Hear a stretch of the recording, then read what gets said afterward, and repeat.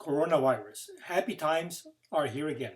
New AmeriVersal US Constitution 21st century, 5 of 5 parts. The United States Constitution is perfectible. Only the Torah teaching Bible is perfect, as revelation to Moses back in 1312 before the Common Era at Mount Sinai. Understanding it is a different matter altogether, but this doesn't detract from its being the gold standard by definition. This translates that the state, according to the Trias Politica of Montesquieu, has legislative and executive and judicial as branches of government, and the United States and states alongside a reservoir of rights retained and powers reserved to the people. By contrast, the state, according to the Triada Politica of Paradise, Genesis 1:1a Aleph, has legislative and executive powers as sole branches of government, and the United States and states, and separately, the judicial power, though no longer branch of government, and incorporating the rights retained and powers reserved to the people as the Universal Institute of Rights and Powers of the People, but in reverse order presented. Now, as to how this affects things moving forward. COVID-19 put in question the very suitability of globalization and neoliberalism. This places the next item on the agenda moving forward. What comes next? Is post-liberalism meant in the sense that the next rung on the ladder of globalization, or else dropping both altogether and coming up with something categorically different like a page turner? Mercantilism is historically superseded. So where do we go from here? We will need to go back to the future in a matter of speech. The problem may manifest itself accidentally in political leadership, but essentially it's at the underlying confection of the nation state.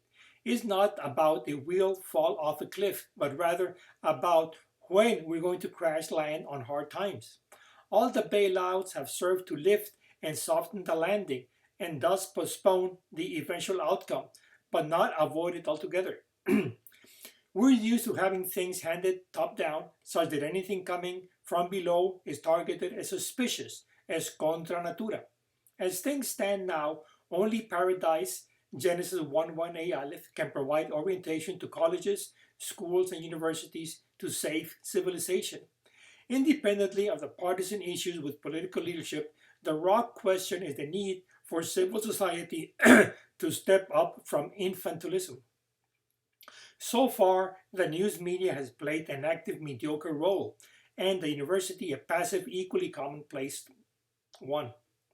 Montesquieu's model of the state of Trias Politica is like the sides of a triangle, such that the two opposite sides are not locked in place, thereby inhibiting the third protagonist from playing out his unifying role of connecting the lower executive with the higher legislative as hypotenuse people. Necessary is rising from below, and sufficient is dropping from above. Conditions need to lock for resultant hypotenuse people to surface to play a lead role in the evolution of civilization. People don't understand the Paradise approach, partly because they're not paying attention on account of busyness, simply distracted, or else they don't have the background acquaintance with the issue. The coronavirus will take care of all that distraction. If the scenario is V-shaped of bounce back to normal, then gardening and cable ought to get us past the finish line. But if it's falling off the cliff of an ending recession with social strife and all the accompaniments, then we need to consider bringing the big guns, or the nuke, outright. The coronavirus is calling the shots, as the doctor of common sense rightly recognizes. All we have to do is be prepared. But beware, if you're just waiting for things to happen, then you're not going to be ready for when it does occur. Chronic crisis isn't real crisis until it manifests itself to the naked eye. It may take a mini acute crisis to trigger it as detonator of sorts to make a bomb explode. Like with climate change, it goes unnoticed until there are widespread floods and fires. Well, so much for these considerations. Now onward for delivering the package to your doorstep. We must now close with our proposal of a universal American Constitution for the third millennium, the AmeriVersal Constitution for short. In what follows, I will use the universal American in place of people insofar as this document embodies the practical down-to-earth application of lofty theoretical ideals. Though it is bad English usage, in the meantime, till it becomes second nature, I'll continue to use the capitalization in the middle of the word, as in AmeriVersal, instead of simply AmeriVersal. Let's kickstart by quoting the structure of the People's Universal Constitution, onwards renamed as the American Universal Constitution or AmeriVersal Constitution for short.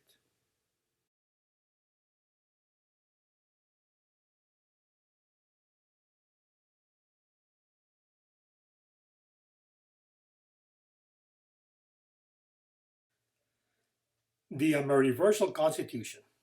Preamble. See Annex. Article 1.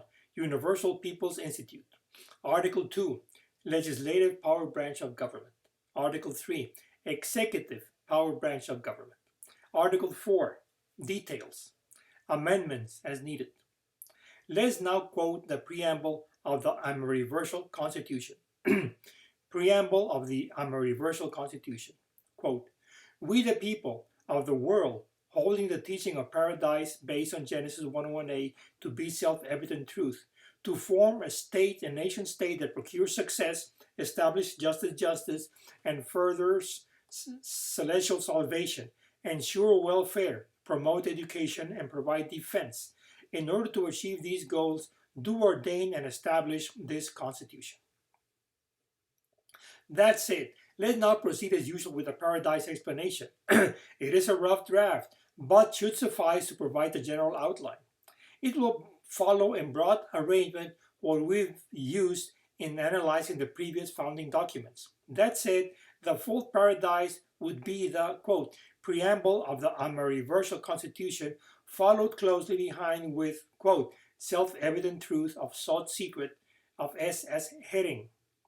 The main triad, full of sectional headings, is developed top-down starting with, quote, Genesis 1:1a aleph, triad of the Raj discover of D. Next, quote, paradise of Remes remit of R, to finish with, quote, we the people of Peshat plane of P. The first member of the main triad is then unfolded successively in the triad of triads as follows. I'm placing a friendly reminder on the inside of the D right triangle, the text, quote, ideals. The scheme is the same as in the preceding cases analyzed. It likewise is top-down starting with, quote, further celestial salvation as the Raj discover D, double D. Next is, quote, establish justice as the Remes de Raj remit discover RD. Finally, with, quote, procure success as Peshat Derish plane discover PD. This takes care of the Raj discover D as auxiliary triad corresponding to the vertical imaginary axis of the main triad. The second member of the main triad is then unfolded successively in the triad of triads as follows. On the inside of the R right triangle is inscribed quote, universals, meaning nothing other than concepts as mental constructs. It is likewise top-down starting with, quote, and establish this constitution of the Raj Remes discover remit DR. Next, quote, do ordain of remit double R. Finally, we have, quote, in order to achieve these goals of Peshat Remes plane remit PR.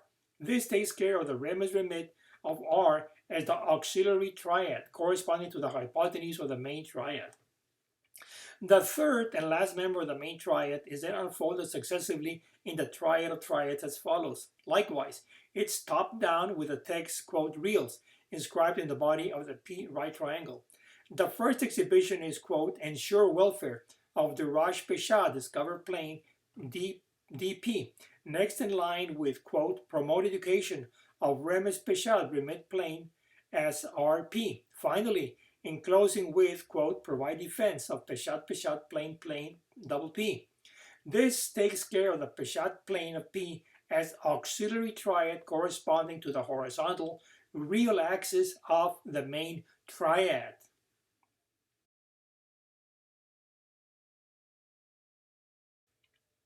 AmeriVersal is just the universalization of the new American Constitution as based on previous ones and founded on the Enlightenment process of vision, which was started and left pending till the coming of paradise, founded in turn on Genesis 1:1 Aleph, finalized it. As final notes, I hold the tip and the preceding point, and it should suffice to take me from the front to the back end of life's maze. Lest we've already forgotten, allow me to refresh your memory with the essence of the Universal People's Institute of Rights and Powers. It came to this world as Amendment 28 of the United States Constitution of 1776. Later on, it was directly incorporated as Article 3 of the new U.S. Constitution.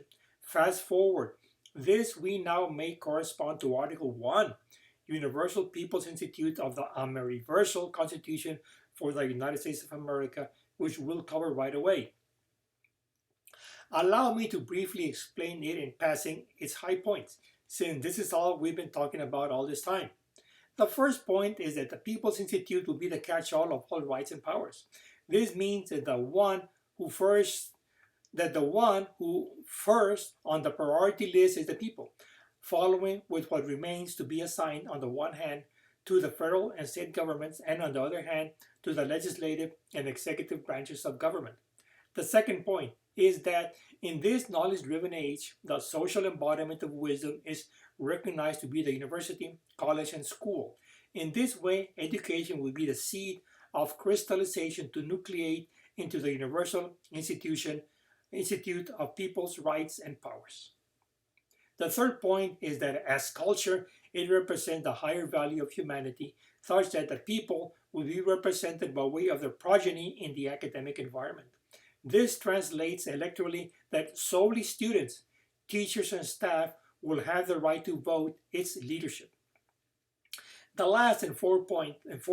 fourth and last point is assigning its obligation to be in charge of the judiciary power, of healthcare, of incubation business startups, Social Security, education, news media, and all other organizations in the general pursuit of justice. Well, this pretty much wraps up the layout of the AmeriVersal United States Constitution for the third millennium. The immediate benefit would be getting us out of the pit we're presently in due to the pandemic. This is the end of the fifth of 5 parts of the series. Thank you for staying till so late to the end of the happy ending of the new American and Universal Constitution, AmeriVersal for short, for the United States and by extension for the whole wide world alike. Well, that's all, people. Yours truly, Rick, your Charro Anusim, and GD bless. Austin, Texas, capital of the world.